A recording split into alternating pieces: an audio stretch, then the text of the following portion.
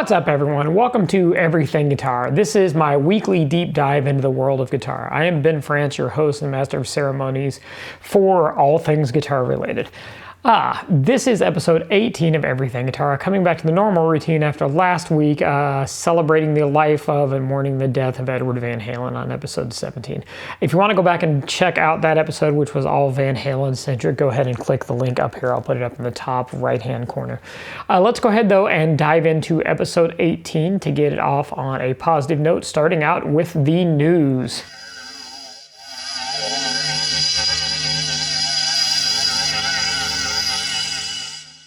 All right, starting out this week on the news, I wanted to highlight a new product announcement from Fender, that legend of all things guitar related.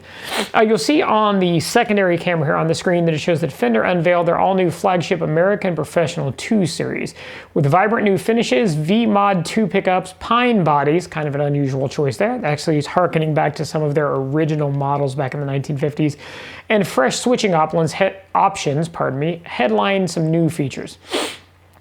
Reading further on the article, it says, rumors of a sequel to Fender's American Professional series, which first launched in 2017, have been circulating as far back as August, and now that day has finally arrived. Meet the American Professional 2 series. As the name suggests, the American Professional 2 lineup is an evolution of the series rather than a revolution, with new features designed with input from Fender's artist roster. Chief among the new specs are the addition of a push-push tone knob, which switches to additional voicings on each model. The Strat, for example, adds the neck pickup to any position as per the American Performer series, while the same switch on the Tele runs its pickups in series. These models use the new V-Mod 2 single coil pickups, which promise increased articulation while retaining chime. We'll go ahead and jump over then to the actual Fender page itself, where it gives us some information on the guitars. Now, I'll be the first to admit I'm not a huge fan of the layout of the Fender website. I think they could do a little bit better job of making it a little bit more user-friendly and or modern looking. Just looking at this here on the screen, it looks kind of like an old website from a long time ago. Why are you so old? But that being said, we can see some of the different models here. There's the American Professional 2 Strat in triple single coils, that cool blue finish, in a humbucker single in that natural burst. There's the American Professional 2 Tele. There is the American Professional Tele Deluxe with dual covered pickups. The Jazzmaster, which is very interesting, and the Precision Bass, the Jazz Bass, the Precision Bass 5-string, and the Jazz Bass 5-string, and then there are some left-handed models as well. Now, looking on the left-hand side here, it does show obviously that there are a number of different color options available. It shows different fingerboard options available. This is kind of a filter, so as you narrow these down, it's going to pull some of the opportunities off here. And it shows obviously for your neck, you have the option of a C-shaped neck, a slim C, or the 1963, a little bit fatter C, depending on the models. So very cool guitars. If I were going to pick up one of those, I would be very much in a toss-up between the Professional 2 Strat, because I don't own just a standard Stratocaster. I have a couple Super Strats, but no standard Strats. Or honestly, the Jazzmaster. Recently, I've been very interested and very enamored by the Jazzmaster shape and by it just being kind of a different guitar. You'll see there are several finishes here on the Jazzmaster. You can get that sunburst. I would probably have to go for the very interesting Miami blue, or maybe even more classic, interesting Mystic Surf green on a Jazzmaster. So I'll put the links to those guitars down below. If you want to check them out, you can jump to the Fender page or to the Guitar World article, either one, to check those out.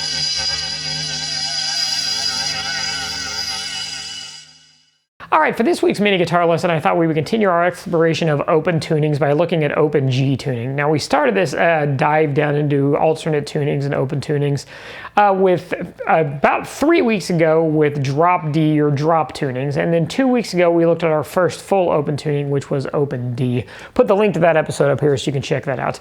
Today we're going to check out open G tuning. Now, open G tuning is, as it sounds, an open tuning where your guitar is tuned in intervals, so your all 6 open strings make a G chord. This tuning, for a little bit of history, is probably most famous in rock circles from Keith Richards of the Rolling Stones.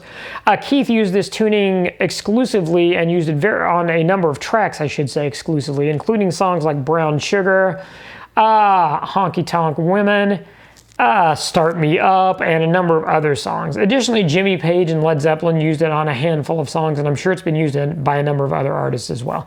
Now, interestingly, going back to Keith Richards, he's very famously known for using an open G tuning, but removing his low string, getting rid of this guy from the guitar, so it's actually just a 5-string guitar tuned to open G.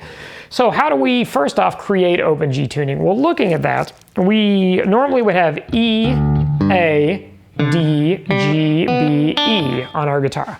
So to make this into an open G tuning, we take our 6th string, our lowest string, we drop that down 1 whole step or 2 semitones to a D.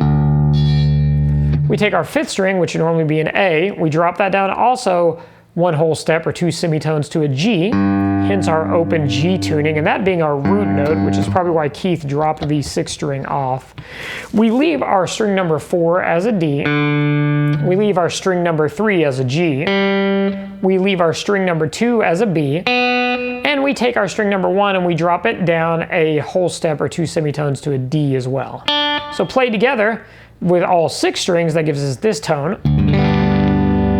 If we want just a straight G note though, in the standard form, we would play strings 5 through 1 and gives us this. Now the reason I say that, since how our intervals work on guitar, if we play this with all 6 strings, we've got a D down in the bass, which means we're actually, if we play all 6 strings, we're playing a D over G. Because a G over D, I apologize about that, because our D is in the bass, which is our 5th. So it'd actually be having the 5th in the bass instead of having our root note. So a nice thing about open tunings is, once again, since we're tuned to intervals tuned perfectly to where we have an open chord, in this case a G, playing strings 5 through 1, we can bar that. So if we bar that on the 2nd fret, 1 whole step higher, 1 step above G gives us an A. So if we bar fret 2 on strings 5 through 1, we have an A chord. If we jump up 2 more to fret 4, we'd have a B. Fret 5 would have a C. 7 would be a D. 9 would be an E. 10 would be an F. And 12 would be the octave of our G. So G, F, E, D, C, B, A, and G. So that's cool, but playing just those big barred across all 5 strings, especially if you want to play all 5 strings, gets to be a little much, and the tender parts of your finger, it starts picking into those guys a little bit. So what are some chord shapes we can do? Well, one of the cool ones we can do with open G is if we take our 5th string, which remember is a G in this case, we leave that open. We take our 4th string, which would be a D, and we put our middle finger on the 2nd fret. That raises that one whole step or 2 semitones to an E. We leave our 3rd string open. That gives us, remember, another G. We put our 1st finger on the 1st fret of string number 2, so that takes that from a B to a C. And then we leave our 1st string open. That gives us another E. So that gives us a variation of a C chord. It gives us a C with our 5th or with our G in the bass. So it'd be a C over G once again.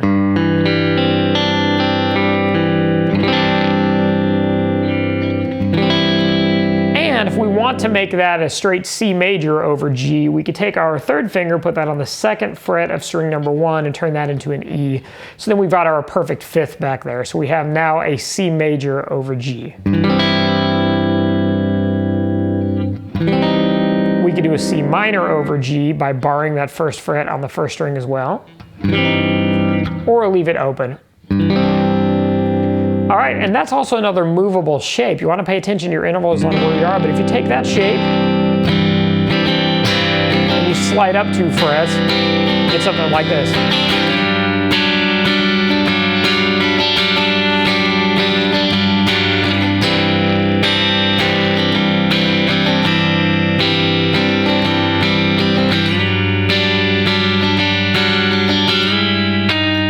Once again, you want to pay attention to intervals there.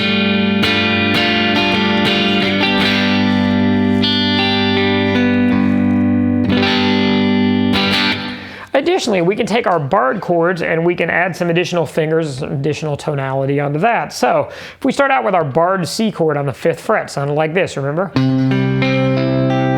Our notes on that were C, G, C, E, and G. But now if we add our first finger on the 6th fret of our 2nd string, that gives us an F instead of an E. And if we add our 3rd finger on the 7th fret of our 3rd string, that gives us an A instead of a G. And so we get this type of sound. And if we lift that 2nd finger, it gives us a nice little walk down. So we lift the F, take it back to an E, we get this. That's also movable, so if we slide that up, same thing in D. And if you want a big chord, you can also do barring the 7th fret across all 5 strings to give us that D. Use your middle finger on the 9th fret of string number 3 to give you an E. And use your pinky on the 12th fret of the 2nd and the 1st string. So that would give us then a B and a D again.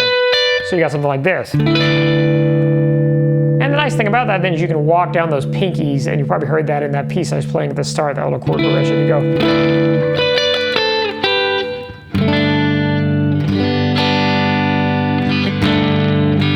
That's a very Led Zeppelin-ish sounding chord progression there.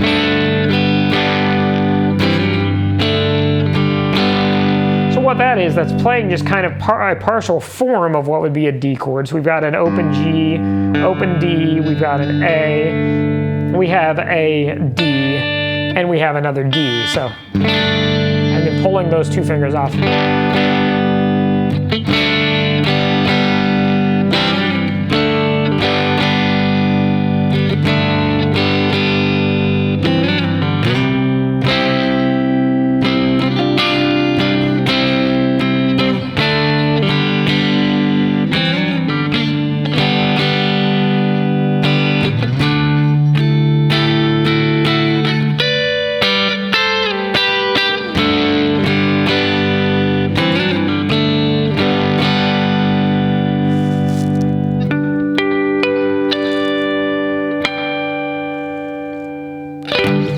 So there you go, open G tuning. I would encourage you to experiment with that tuning. And if you have a capo, experiment with taking that tuning and then capoing on different frets, because then remember, like we talked about, you could then be an A or B or C or D, so on and so forth. It just gives you some different tonalities, some different chord shapes to play, and a little bit different voicings, therefore maybe expanding your chord progressions, expanding your writing abilities, and expanding your ability to express yourself on this wonderful instrument that we call the guitar. So that is it for episode 18 of Everything Guitar. I hope you found this to be helpful, entertaining, educational, fun, funny, useful, any or all of the above. If you did, feel free to go ahead and click the subscribe button down below. I would love for you to do that. And you can always give me a thumbs up for this video if you found it to be useful. Additionally, make sure you ring the bell for notifications. I do put out 3 pieces of content every week, 3 videos consecutively, or consistently, pardon me. Everything Guitar on Saturdays like this. On Tuesdays, I put out just a mini guitar lesson by itself. And on Thursdays, I'm doing vintage gear reviews, so make sure to check those out if you want to see some very cool, old school guitar gear and see what used to be used to get some of the incredibly cool guitar tones from the 80s, 90s, and early 2000s, and so on. So that being said, I hope you're all having a great week. Thanks for stopping by and checking out Everything Guitar, and I will look forward to seeing you back here next week. Take care, everyone. Bye.